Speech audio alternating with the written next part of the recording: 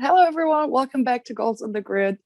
I'm Julia, and I'm joined by Henrike, Nienke, and our special guest, Daniel Ricciardo's performance coach, Michael Italiano. Do you mind introducing yourself, Michael?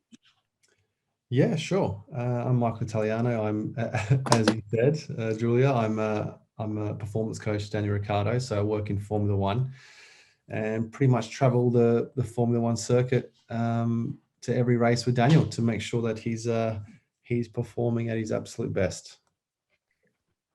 Amazing. Okay, starting off with the easy stuff. We thought we'd just talk a little bit about you and your career and how Formula One is an actual sport. Cool. Yeah, no, so where did I start? I started in Formula One in 2018. So I've only been in the sport for, it's my fourth year. So I still feel fairly new. You know, there's a lot of people around me that have been in the sport for a very, very long time. So I do feel like a bit of a newbie still. But prior to that, I was actually doing civil and structural engineering. I was actually studying in the engineering industry and had a 9-to-5 job in Perth, Western Australia. That's where I'm originally from. And I just kind of got bored of the 9-to-5 job. I got bored of the routine and I wanted to change it up. So I decided to begin my study in the fitness industry, and I started a business in Perth, and out of a very nice gym in Perth. And to be honest, I got offered the gig by Daniel very just randomly. We knew each other in Perth, but didn't know he needed a coach. And end of 2017, he asked if I wanted to join him on the circuit. So as you can imagine, I thought long and hard about it and decided to say yes. That's actually great, because we were wondering how you got into F1 and the whole circus, because for us it seems like a fairly unreachable goal to actually get it working in F1, and your story is kind of not the usual way you'd figure someone would go to take the position you have. Yeah, it's actually the most common question I get asked is, how do you get into Formula One? Because, there's no real criteria, or there's no real, I guess, stepping stone to actually get into Formula One. So it is quite, I guess, a grey area of people, of aspiring performance coaches that want to move into motorsport or to Formula One. It is a bit of a grey area. So yeah, it is the main question I get asked all the time. And to be honest, there are companies that specialize in taking coaches on board and contracting them out to motorsport drivers. So there are stuff out there, but I guess I'm one of the luckier ones where it kind of just fell in my lap. So yeah, I'm very grateful for that. So when you made a change from engineering to sports, was it always your goal to get to be a personal coach, or did you want to be something else? Yeah, so when I left my engineering job, I wanted to become a coach. That's what I wanted to do. So I studied to become a coach, and I started training various people, from the average Joe to athletes to corporate clients to mothers. And I was enjoying the variety. I was enjoying the diversity of clients I had. Ultimately, I wanted to be in professional sport, but to be honest, Formula One wasn't on my radar. I love tennis and NBA. So, tennis and NBA would have been my goal, basketball. So they were like my, dream job. I'm sure everyone's got their own dream job in their head that they're aspiring to. And, but now looking back or looking where I am now, like, it's pretty much, this is pretty much a dream job for me. This is Formula One. I guess it wasn't initially a goal of mine because maybe I thought it was too far-fetched. I don't know. But yeah, here I am. Yeah, so as you said, you've trained a lot of people, different people. And I can imagine that they all need a very specific and personal training plan. And in Formula One, obviously the goal is not to get really muscular and then really heavy, but to stay as light as possible, but be as strong as possible. How does that work? Yeah, correct. Been doing your research. Of course. Correct. So that's one of the, I guess, more of the difficult things that us coaches, us Formula One coaches, have to deal with, is keeping our drivers at a strict weight, but also keeping them strong. So there are a number of things you can do just in the weights room, to keep athletes strong, but also keeping making sure they don't get too heavy. Also from a nutrition aspect as well, making sure they're eating right. So I guess with Daniel, I need to be a bit careful, because with Daniel, he tends to put on quite a lot of muscle quite naturally, especially on his legs. So we actually can't train legs too much, because then he actually his weight actually increases quite a lot. So there are difficulties. However, we now have it under control. Like you find a process that works, and you stick to it. Yeah, because as I said, I can only imagine how hard it is to just train and not get muscular and heavy. Yeah. Especially with the strength these guys have to have with the G-forces they go through and everything. Exactly. Yeah, and it becomes tougher and tougher every year, because the cars get faster, which means that there's more downforce, there's more load on the car. So these cars are going quicker around corners. So the drivers are experiencing more G-force. So it's almost like every year they need to be fitter and fitter. They can't just hit a certain benchmark every year, and just sit there. They have to just keep improving, because the cars are getting faster. Yeah, As when you see this in a historical way, when you think of the 70s and the 80s, where Formula One races were like rock stars, always smoking and having a beer for the race and everything, you can't really imagine that nowadays with how they really the Formula One is a top sport. I think people tend to forget that this is one of the hardest sports there is in the world. Yeah, it's hard to relate to Formula One, and I think that's what makes people not really understand, I guess, the physicalities of the sport and how fit you have to be to play the sport. If it's easy to go down to your local recreational center and shoot some hoops and figure out how hard it is to actually hit a 3-pointer, or you go on the football field and kick a soccer ball for 20 minutes and you're tired, so you realize how hard that is. But I guess you can't just jump in a Formula One car and experience G-force, and you can't experience fighting the car and trying to go fast. So I just think it's because people can't relate to the sport itself, which is why people say, one, it's not a sport, or two, how is it physically hard? So yeah, that's probably my take on that. Did I just confuse you all? No, Actually not, because we're I think we as really fans are aware that Formula One, not everyone can just jump into a car and drive. It's just not possible. If you're when you especially for me, where I see where Formula One drivers really have to train, it's the neck, because in no other sport you have to train the neck like that. And I could never imagine, I went on a racetrack once with my own car, and that already was something different than just driving on the road. And that was just I got a Corsa, it got 90 horsepower. That's basically nothing compared to a Formula One car. Yeah. Yeah, I think if you started braking for a turn in a Formula One car, I think your head would be in your lap. You wouldn't be able to take the braking loads. Yeah, I was also thinking there was a program in Belgium where a lot of professional athletes were competing against each other when it was lockdown. And I remember Stoffel van Dorn competed in that program, and everybody was so surprised about the fact that he did so well, because they were like, well, he's only an F1 driver and he just sits in a car, and everybody was so surprised that he hit those goals and he was the best in a lot of things. And they were like, well, we didn't know you were that sportive and that much of an athlete. Yeah, they have to stay fit. They have to stay cardiovascular fit. And to be honest, I see Stoffel in the gym a lot, always on the bike. So I know he's fit. But it's a good example these guys do have to stay strong, but they also have to stay cardiovascular fit, because these races are 2 hours long, you know. So, and their muscles are under contraction for 2 hours. There's no resting, you know. Like on a football field, you know, if the ball's on the other side of the pitch, you can get a bit of a rest. You can kind of, you know, zone out, chill out, probably, you know, even just, you know, lapse your concentration for 5 to 10 seconds. But you can't do that in a Formula One race. You know, No.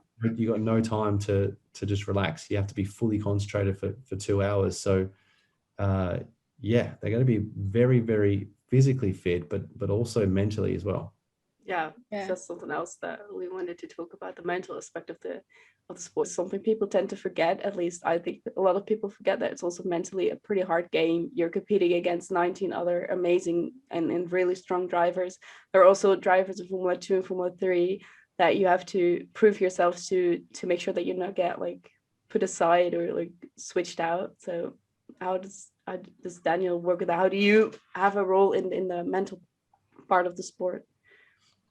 Yeah, I mean, there's so many mental aspects of the sport. You know, it's your mental state prior to jumping in the car. It's how you handle adversity when you're during a race, and then there's also the element of multitasking, because, you know, they've got 20 plus buttons, and you know, on their steering wheel, that they're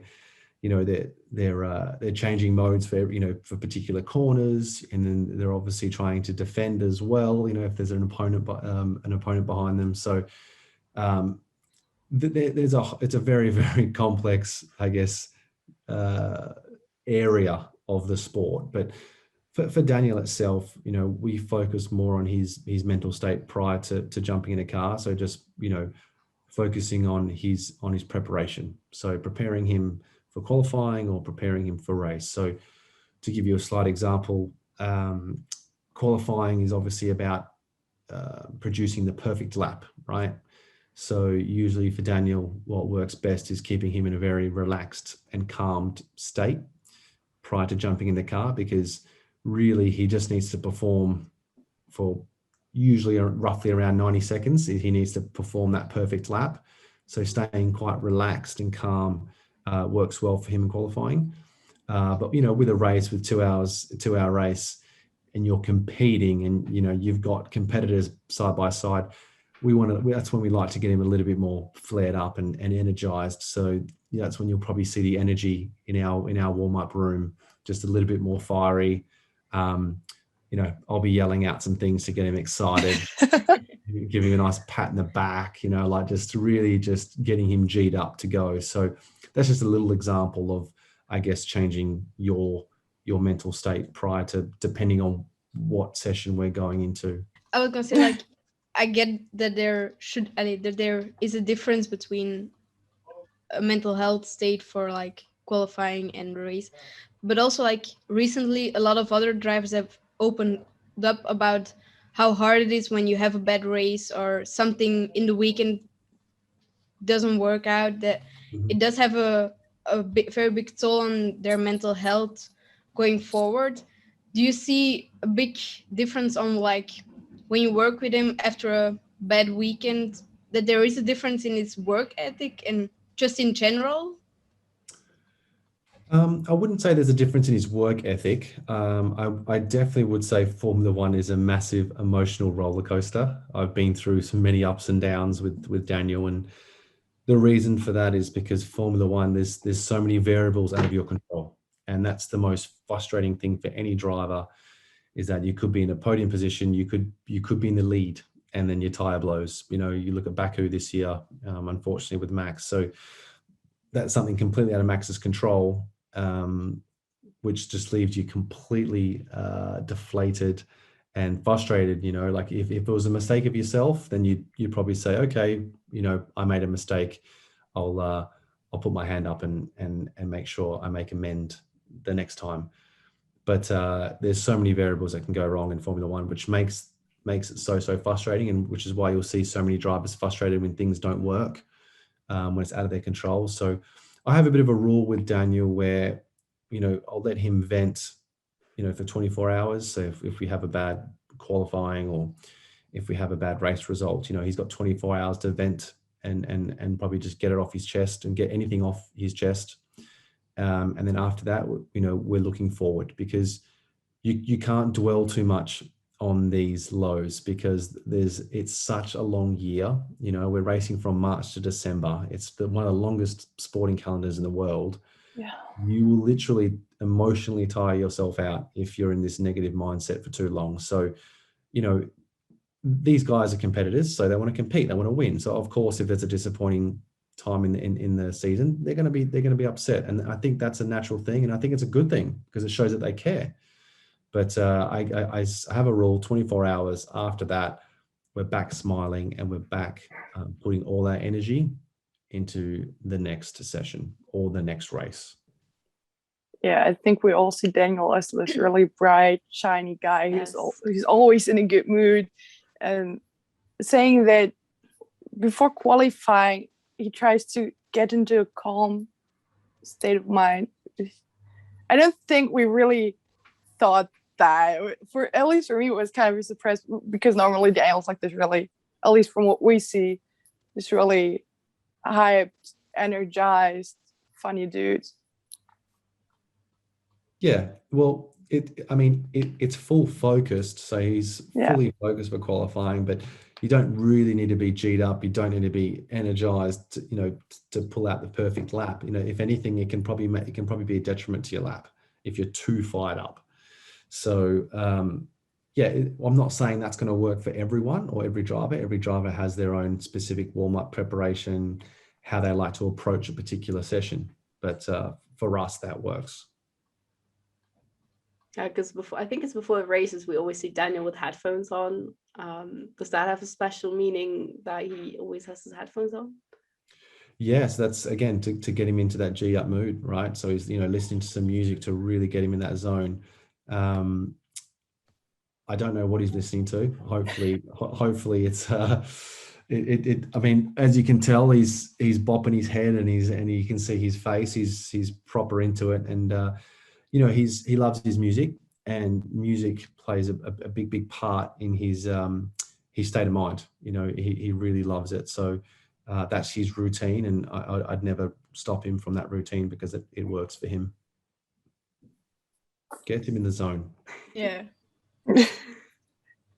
I think maybe we should move on to the next topic.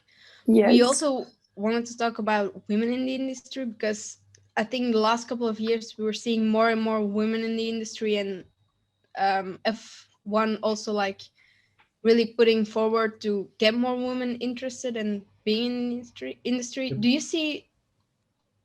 Do you notice that behind the scenes as well? Yeah, definitely. To be honest, when I joined in 2018, there were females already in the paddock. Yes, it was a lot more male dominant, but there definitely was a female presence. You know, at least 4 years back from when I was there. Definitely. I love how it's creating more traction. How there are more females, you know, are trying to get into the sport. I think it's great. As you can see, there are a lot more females getting into the sport. Now we've got the W Series, which is awesome. So, you know, that was on last weekend. So we got to watch that in Austria. And yeah, I'm all for it. It shouldn't really need to be like explained, but obviously, you know, the females are more than capable to run a team. You know, you look at the Williams team, and you look at Lewis's performance coach, Angela. She's doing an amazing job with him. So there are some females in some really, really big positions in Formula One already. So I don't see why not it won't continue that trend. Speaking of female drivers in Formula One, as a performance coach, do you see any real physical difference there is as a racing driver between men and women that is like so severe that we don't see that many females making their way into Formula racing? I mean, the obvious one is just, I guess, purely from a strength perspective, right? So biologically, just males are generally more stronger. You know, we produce a lot more testosterone than females. So I think from that perspective, that would give males a bit more of an advantage, especially in a Formula One car when you do need a lot more strength. Is that me saying that I think girls can't race Formula One? Definitely not. I think it definitely can happen. And to be honest, if I was a betting man and there was odds to put some money on that in the future, I'd bet money that there's going to be a girl in Formula One. Yeah, I think we would all love to see that. for sure. Yes. Yeah. I think it is gonna happen, especially with like the W series. Yeah. I think that's a big step up for women to get into F1. Yep. 100%. And, you know, there is still a big jump from the cars they're in to a Formula One car, but you know, maybe we might see some baby steps of, you know, the female test drivers getting, you know, a practice session in a Formula One practice session in like these junior drivers do, you know, on the weekend. You know, like Guan Yu Zhou got a practice ride with Alpine. So, you know, maybe we'll start seeing a little bit of that and just seeing how they perform, seeing how they go, and maybe it progresses from there. I don't know, but oh yeah, I'm a massive fan of it. I think it'd be great personally. Yeah, I think we all would love to see that. Yeah. And I'm sure I think the first female who makes Formula One will probably have the biggest fan base ever. for sure, think especially for now sure. with social media and everything, they will probably Yeah. have. Yeah, she's going to have female power all around Yes, her. for Oh, sure. yes. Yeah. As you've been in the sport for 4 years, do you think the sport is doing enough to fight equality within Formula One? Oh, you're getting real political now. We tend to. Well, look, to be honest, I don't know enough behind the scenes of what they're doing. So it would be very, I guess, unfair of me to comment on that because they could be doing a load of stuff behind the scenes and I know nothing about. I think the message they're portraying, you know, we race as one and I guess the gestures they make before the national anthem, I think that's a start. However, I do think there's a lot more that they could be doing, but again, they could be doing a lot more behind the scenes. Yeah, I do agree with you there that Yeah. I think from our point of view, from a point of view of a fan and someone who's watching, it doesn't look like, I mean, it looks like they're doing a lot, but I think in this day and age, they could be doing a lot more. But like you said, we don't know what's going on behind the scenes and we don't know what they have in store for the future to fight that inequality. Yeah. I think you're spot on. Like from the outside, it doesn't look like they're doing enough. And I think that's a fair judgment. But yeah, we'll wait and see. I hope there's more to come, 100%.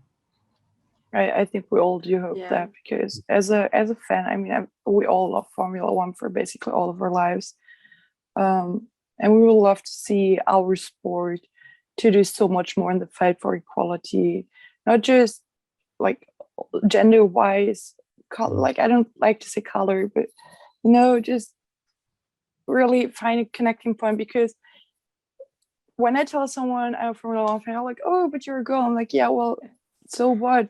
Yeah, Shouldn't well, no, matter. No. exactly. And I still get a lot of people still tell me that they think Formula One is a sport for old, rich, white people, Yes. preferably men. Yes. And Yeah. To I be think we honest, would. I think that's just an old stereotype, right? Yeah. I think, and that's just looking back at Formula One history. It obviously has a rich history of being a male dominant sport. So I think that stereotype will outdate eventually. I really do. And I think stats are showing that it is the #1 growing sport in the world at the moment. And age groups from 20 to 30s are skyrocketing in Formula One. So yeah, I understand. I'm not surprised that someone's told you that because it is a very outdated stereotype. But I'm also maybe assuming that come from an elder person as well. I don't know. Am I right or wrong? No, actually not. Actually, it was Oh, from okay. someone my age. Yes. Oh, well, they probably don't know the sport. Well, but again, that could be someone who doesn't know the sport. You know what I mean? So if you don't know the sport, that's what you think. But I feel like if you're a fan of the sport and you know the sport, I don't think that's your stereotypical image anymore. No, I gotta No. agree with you there, because like when I talk to people who don't watch the sport, they always try to think that they know more than me and try to prove because they're male that they should know more than me. But then I'm like, but I'm a real fan and you're not, and that's okay. But it's usually the young people who like think they gotta prove themselves as a male that they know F1 because it's cars. Yeah. Whereas I also grew up around a lot of older white male people who raced, and they were always like, oh yeah, welcome into the sport. You want to know more? We'll explain it to you. You want to race and wear a dress? Go ahead, you can do it. They were always very welcoming to me. Yeah. That's I mean, that's good. It's great. You know, I think I think the W series is just going to go from strength to strength, to be honest. Yeah. Yeah.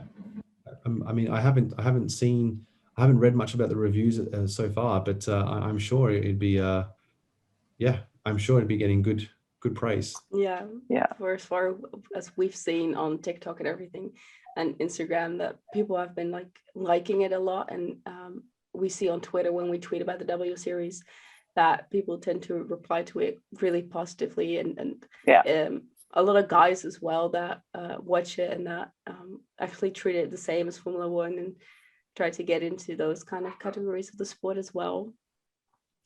Yeah, I think it's empowering. I think it's awesome. You know, it's empowering for women to be able to look at these girls just absolutely honing around a racetrack. You know, like it's Exactly. you know, girls should be able to get their adrenaline fix too. You know. Yes. Yes. Yeah. Yeah. I think, as you said, it's really inspiring for girls, especially Yeah. younger girls, because when I grew up and watched Formula One, the only thing I saw was guys in the sport. So seeing a female series is absolutely amazing. Agreed. Yeah. And now if you look at our team, we're 8 people, all female. We're 4 hosts, 4 social media people. We're all girls from around Europe, all really young. I think Yeah. no one is, I think we're the oldest with Yeah. 22. Yeah. We have Oh. we've got Kelly, she's 17. So we're all in the age from 17 to 22, all female from all around Europe. And I think this also shows that we're like, I think Formula One is really a place for everyone and not just for old white men. Yeah. Definitely. We talked about driver academies. Do you think driver academies should focus more on also getting women into their academy? Because that's a big step up to F1 and to get more of a training. Yeah, definitely. To be honest, I don't have any involvement with driver academies, and I probably don't know enough about the driver academies. I probably should, to be honest with you. But I mean, I would assume that there's already active females coming through driver academies. I do train a female driver, and she has quite a few female participants in her category. So I honestly think, like, if you're you know, we're talking about the top here, so we're talking about professional stage here, so you know, the W series. But I think I would assume as you go down into the more grassroots fields, I think there'd be more and more females getting involved. To be honest, again, that's an assumption, but also just more of a calculated assumption from what I hear and see. Yeah, I fully agree with you. I think driver academy should focus more on females, because I know Ferrari has 1 female in their driver academy, if I'm correct. It's Maya Beug, and I think that's the only female in the driver. I think Williams has one. Williams. Oh yeah, Williams has 1 as well. Williams, But I think those are the only They 2. get, like, with driver academies, I think for females it's so much harder to get sponsors, so they can actually pay for all the junior categories, and being in a academy takes that pressure off you. So I think we would all love to see that also driver academies go for female drivers more and more. Yeah, to be honest, that's just a major entry of, you know, a major barrier for any person getting into motorsport. It's just so expensive, you know. Yeah. And yeah, you are right. You know, it would be nice to start getting sponsors back female athletes more. But that's one thing that will never leave the sport, is that it's just, there's such a high barrier to entry and such high costs involved. And I think that's something that I would love for it to change, and have it more affordable for people to get involved, because I'm sure there's some seriously talented, karters out there that just can't afford to take the next step, and they can't find funding and they can't find sponsorship. So, if there's one thing that I'd love for the sport to change is definitely the high costs and high expenses to I guess progress for your journey into Formula One. Yeah. Yeah, I think we all agree with that. Yes, for sure, because it's, at least from what we've heard, really expensive. Obviously, we're not that into getting into the sport as a driver. But from what I've heard, it's really expensive, and that's so crazy. Yeah. I mean, I get it, because obviously the cars cost millions of dollars to put together, and if you crash in a race, that costs a lot of money that needs to be covered. You don't have enough sponsors and everything, but Yeah, it's crazy. I think even just in Formula 2, if you want to race in Formula 2, I think you need like $2 million, per season, and that doesn't guarantee you anything to get you into Formula 1. So it's crazy. It's a crazy investment. There's no guarantees. Exactly, and then it's no wonder that there are like certain pay drivers in the sport, because they can afford it. They can help with the team with money, because Formula One is just so expensive. And I know we're all annoyed by the pay drivers being in the sport, but in a certain way, you gotta understand that that's just how it is, because it's, I think, the most expensive sport in the world. So I just hope that will change in the future. Yeah, well, they're trying. They're obviously cutting budgets next year. So obviously the new Concord agreement went through. So the budget cost is a start. So not everyone has, the bigger teams don't have unlimited budget anymore and unlimited resources. So it's a good step in the right direction. for sure. Thank you, Michael, for joining us for this episode. We really enjoyed the talk. Make sure to follow us on our social medias. Make sure to follow Michael if you don't already. And then we'll see you again next week. Thanks for having me, girls. Thank you.